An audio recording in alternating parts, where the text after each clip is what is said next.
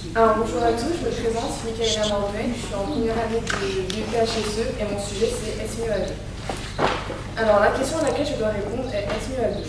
Dans votre esprit, ainsi que dans celui de la majeure partie des gens d'ailleurs, la réponse est très claire et vous répondez instinctivement, bien sûr que oui. Cependant, j'ai eu un peu plus de temps que vous pour réfléchir à la question et selon moi, il n'y a aucune raison que ce soit mieux à deux. Généralement, vous prenez cette question sous le sens est-ce mieux d'être seul ou en couple, au niveau amoureux donc. Avec cette question, on peut donc penser qu'il est préférable d'être en couple, que la quête du bonheur repose sur cet aspect et qu'on ne peut vivre notre vie pleinement sans être conjoint. Mais pourquoi pensez-vous qu'il est mieux d'être en couple? On sait tous que plus d'un mariage sur deux finit en divorce. Qu'on a tous en général connu plusieurs histoires d'amour avant d'en arriver au mariage, que beaucoup de ménages restent ensemble plus par commodité, dira-t-on, que pour de réelles raisons amoureuses, et que d'autres encore vivent tout simplement dans l'infidélité. Cela veut donc dire que c'est mieux à deux, mais pas sur toute une vie comme on aimerait nous le faire croire. C'est mieux à deux, mais pas toujours avec la même personne. Alors oui, vous me direz que c'est parce qu'il faut trouver la bonne personne pour que ce soit réellement mieux à deux sur toute une vie.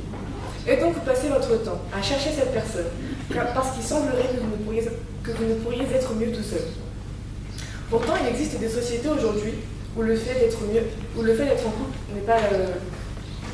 Il existe des sociétés aujourd'hui où la recherche du bonheur ne consiste pas à passer sa vie avec une personne. Saviez-vous qu'à l'époque de la Rome antique, les Romains n'avaient pas de relation exclusive?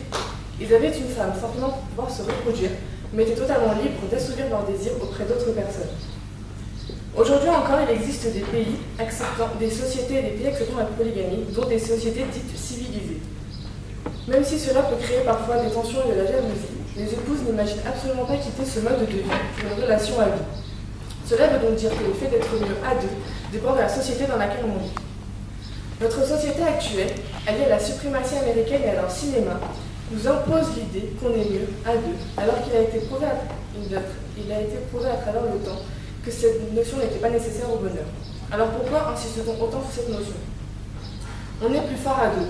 On a tous entendu ces phrases toutes faites, ces notions qui à elles seules sont censées nous prouver qu'on est mieux à deux. C'est normal qu'on y croit et qu'on s'y accroche. Cela nous vend du rêve. Oui, du rêve. Est-ce que vous rêvez si je vous dis qu'on est mieux seul que mal accompagné? Si je vous dis qu'à trois, on s'éclate? Bien sûr que non. Car nous avons grandi dans l'espoir pour les jeunes filles qu'un jour un beau prince vienne nous sauver, et pour les garçons que la plus jolie fille du royaume se tourne vers vous avec amour. Et la musique. Ah, la musique. C'est beau ces sons, n'est-ce pas? Ces mélodies si douces à notre oreille. Nous entendons dans un chant libre qui enchanteur le bonheur d'être à deux et de vivre cette grande aventure qu'est l'amour. L'inverse est également vrai. Tous ces chanteurs brisés par une déception amoureuse, qui chantent sur tous les toits à quel point ils étaient heureux lorsqu'ils étaient deux et à quel point ils sont malheureux maintenant qu'ils ne le sont plus. En fait, l'art en général. L'amour est un sujet qui a passionné tous les artistes, tous à la recherche de leur muse, celles qui les feront se sentir tellement plus épanouis depuis qu'ils sont tous les deux. Tous ces tableaux, tous ces ouvrages qui pleurent justement la perte de cette muse. Avec tout ça, il y a de quoi penser être mieux à deux. Je vous parlais tout à l'heure de rêves qu'on nous vendait. Le meilleur exemple, bien entendu, la Saint-Valentin. Combien d'entre vous, ou parmi vos proches, ont un jour dit que la Saint-Valentin n'était rien de plus qu'une fête commerciale? Pourtant, on nous vend tous les ans, dès le 15 janvier, une fête, une journée qui est censée nous rendre tellement plus heureux. Du coup, les âmes solitaires en cherchent une autre pour ne pas être seuls et déprimés ce jour-là, car évidemment, on se doit d'être déprimé à Saint-Valentin en tant que célibataire. Et les couples, eux, dépensent des fortunes dans des cadeaux qu'ils estiment être parfaits pour leur moitié, qu'ils estiment être totalement représentatifs de leur bonheur avec cette autre personne. Et quel est le meilleur outil capable de nous vendre cette idée que tout est mieux à deux et la marchandise qui va avec? La télévision. Ce gadget, tellement présent dans notre quotidien, pourrait être compté parmi les membres de notre famille. Par où commencer? Allons le plus évident, la publicité. Le parfum, les vêtements, la nourriture, les jouets, les stylos et même les billets d'avion. Tant d'objets qui nous sont vendus à travers l'image vendeuse de l'amour, du couple et du fait qu'on soit tellement mieux à deux.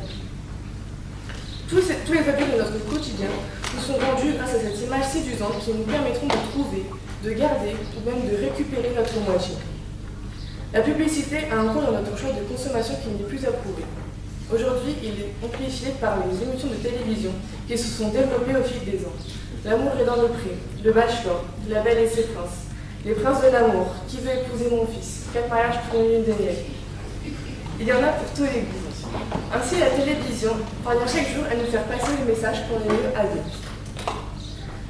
Être à deux, cela signifie vivre une relation intime avec quelqu'un, différente de toute celle qu'on pourrait avoir avec de nos proches. Avoir les yeux qui brillent, des papillons dans le ventre. C'est ainsi qu'on nous décrit ce sentiment, comme quelque chose qui nous rendra plus beaux, plus heureux et plus forts. Moi, j'y vois surtout une notion de dépendance. On dépend de notre rencontre avec un individu lambda qui peut intervenir à n'importe quel moment de notre vie. Une fois cette rencontre faite, l'histoire d'amour en elle-même dépend du fait que l'un des deux fasse le premier pas. Pendant toute la durée de la relation, on attend toujours quelque chose de l'autre, un mot, un geste, une attention, et tant qu'on ne l'a pas eu, on est légèrement frustré. Lorsqu'on prend une décision, il faut prendre en compte la réaction de l'autre et choisir la solution adéquate en fonction de lui. Je trouve cela assez bête de toujours vivre en dépendant des faits et gestes de quelqu'un d'autre sous prétexte quoi, qui nous donne des papillons dans le ventre. Je sais que j'ai l'air assez cynique dans mon discours, mais le but était de vous montrer qu'être à deux n'est pas forcément mieux. Alors merci au cinéma, à la musique, à la télévision, d'embellir nos vies en nous montrant, en nous donnant un but, et en nous persuadant qu'on est mieux à deux, mais la réalité est tout autre. Alors même si pour beaucoup c'est très bien d'être à deux, je ne pense pas qu'on puisse affirmer que c'est mieux. Merci.